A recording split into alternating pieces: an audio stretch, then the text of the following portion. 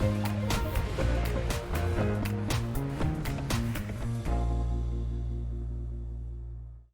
I'm Ben Mankiewicz. Welcome to TCM, where tonight we begin a month of Flashback Fridays. We chose the phrase Flashback Friday because we're doing this on Friday nights, and Flashback also begins with the letter F.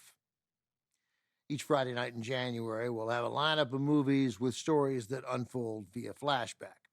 Filmmakers have used flashbacks in intricate and compelling ways since the dawn of cinema. Flashbacks, though, can be tricky. When they fail, they ruin the whole movie.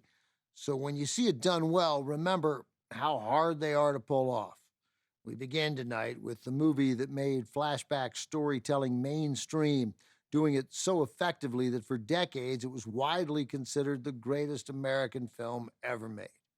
From RKO in 1941, Citizen Kane. Kane opens at the neglected estate of Charles Foster Kane, a powerful publishing magnate who turned a failing newspaper into a media empire. The details of Kane's life are then revealed in a series of flashbacks as a reporter tries to uncover the meaning of Kane's last word, Rosebud, through the stories of those who knew him. TCM fans know this, but for the uninitiated, it is challenging to find an American film more influential than Citizen Kane, which was ultimately the creation of the singularly gifted Orson Welles, who had much in common with Charlie Kane. With talent as prodigious as his ambition and his ego, Welles directed, produced, and stars in this masterpiece. He is also credited with co-writing the Academy Award-winning screenplay with my grandfather, Herman Mankiewicz. It is my family's contention that Herman deserves the lion's share of the writing credit, but that 85-year-old argument mustn't obfuscate this fact.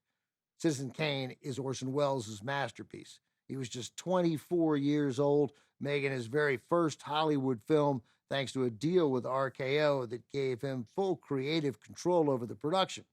How'd he get such a great deal?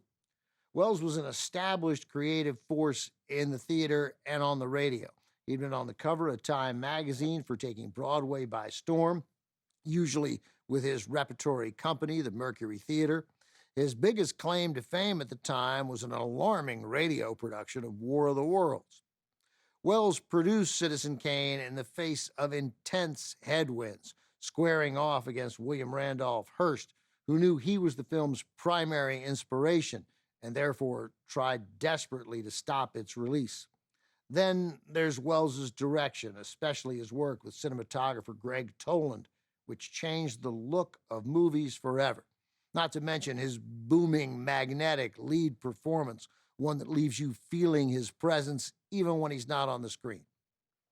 Cast here is populated mostly by his Mercury players, including Joseph Cotten, Ruth Warrick, Agnes Moorehead, Everett Sloan, and Ray Collins, also Dorothy Common-Gore.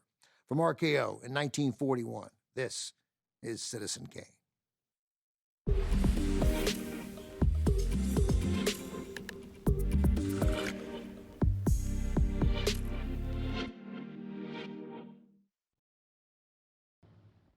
Officially, the compelling flashback structure of Citizen Kane was the product of two men, Herman Mankiewicz, who wrote the first draft of the screenplay, and Orson Welles, who worked with Herman, my grandfather, on narrowing the screenplay to get it to the point where Welles could shoot it.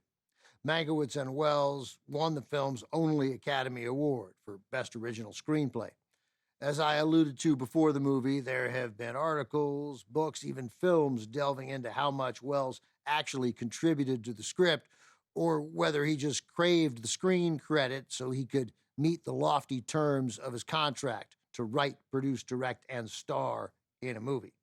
There is little doubt Welles contributed meaningfully to the screenplay, working extensively on later drafts with Herman, and there's also no doubt Welles was entirely comfortable taking full credit, paying Herman $10,000 so that Welles would be the only name on the screenplay.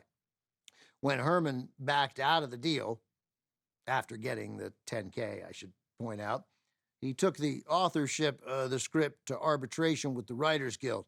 The Guild determined they both deserved credit, significantly with Herman's name first. You can see one version of those events in the 2020 Oscar-winning biopic Mank, directed by David Fincher. That same year in Smithsonian Magazine, Ryan Lintelman, entertainment curator for the National Museum of American History, weighed in with what he considers a definitive take. The historical consensus that we've all settled on makes a lot of sense, says Lintelman, that it was a germ of an idea that came from Wells that Mankiewicz really fleshed out and then Wells refined. I don't dispute that, except I kind of do, because the germ wasn't entirely Wells's. Herman had his own germ. He knew the man who inspired Kane, William Randolph Hearst, had been a guest at his San Simeon mansion. Again, though, the screenplay dispute should never diminish that Citizen Kane is really Orson Welles' movie. Coming up, Flashback Friday continues with a drama that employs flashbacks so inventively, its title has become a shorthand for people who have different memories of the same event. Akira Kurosawa's Rashomon is next on TCM. Next on TCM, Rashomon, then Sophie's Choice, and later, The Bad and the Beautiful. TCM covers all the bases tonight.